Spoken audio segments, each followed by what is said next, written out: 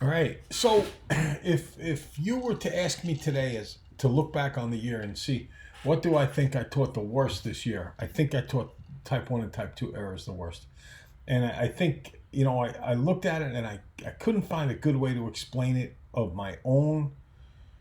So I went on websites, I looked at videos, and I said, how can I explain it so that it makes sense to everybody? And I couldn't get any traction with anything. And finally, when I started to do it this way, it started to make some sense to me. So I should say it started to make sense to me in a way that I thought it would make sense to you. So look, the first thing is that there's type 1 errors, type 2 errors. Type 1 errors only occur when the null is true.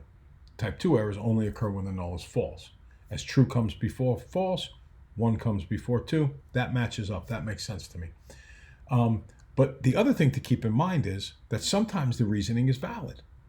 So if you list out all the possibilities each time, and then you'll say, well, which ones are valid, and then which ones have a false null and which ones have a true null. If it has a true null, it's a type 1 error, as long as it's an error.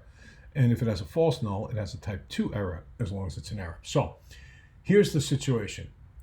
The null hypothesis is that the victim of an accident is alive when he arrives in an emergency room of a hospital.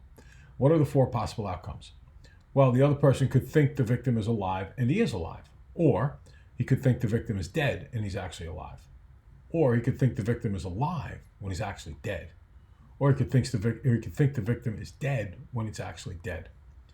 Now, if you think the victim's alive and he's alive, there's no error there. That's valid. If you think the victim is dead and the victim is actually dead, there's nothing wrong with that. That's valid. There's no mistakes being made in either of those 2 examples. However, if you think that the victim is dead and the victim is actually alive, you're wrong. It's an error. That is a type 1 error. You know it's a type 1 error because the null that he is alive is true. The next type of error you can make is if the null is false. If the null is false, then the victim is dead. And the mistake is to think the victim would be alive. So that's a type 2 error. So type 1 error occurs when the null is true. Type 2 occurs when the null is false. And then it has to be an error. Like if you think they're dead when they're actually alive, that's an error. But if you think they're alive when they're alive, that's not an error. Okay. Number 30. Baseball statistics analyst, or statistician as it's better known, wants to see if the mean number of home runs per team is less than 175. Should she perform a 1 or a 2-tailed test? You definitely want to do a 1-tail because it's just less than. Now, would the results be the same as if you did a 2-tailed? Absolutely not. As you can tell here, a 2-tailed test has 2 different areas, and you would add them to get the total amount. But for a less than or a 1-tailed test, you're only going to take one of those 2 tails.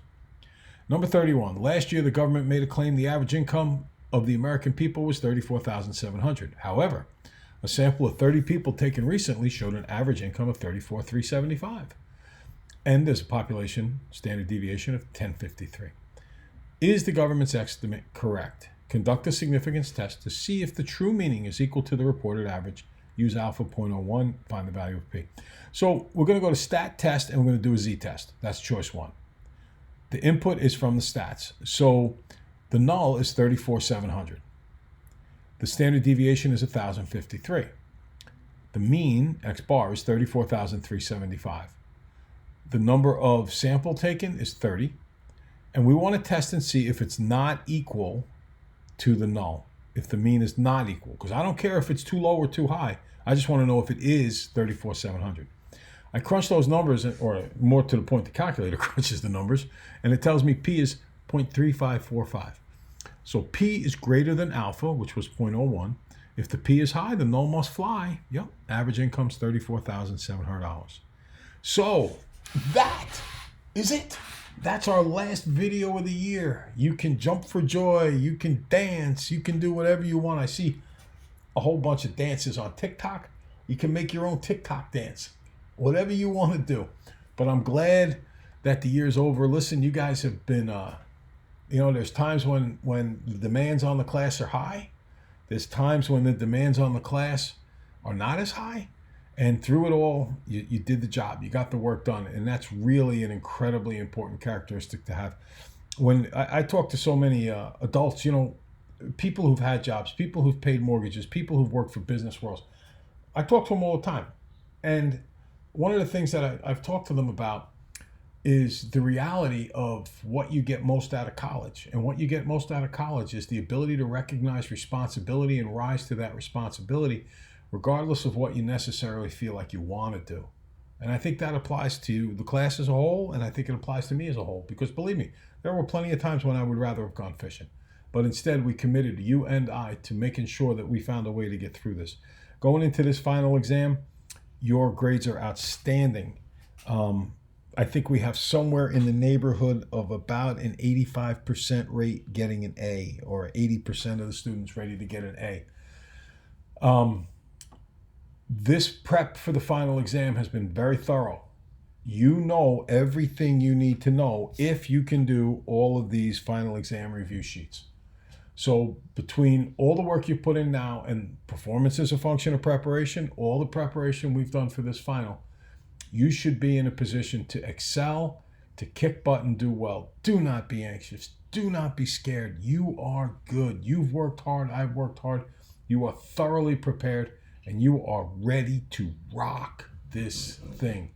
So I sit back. I look forward to writing some fantastic grades on your report cards, and you doing a great job.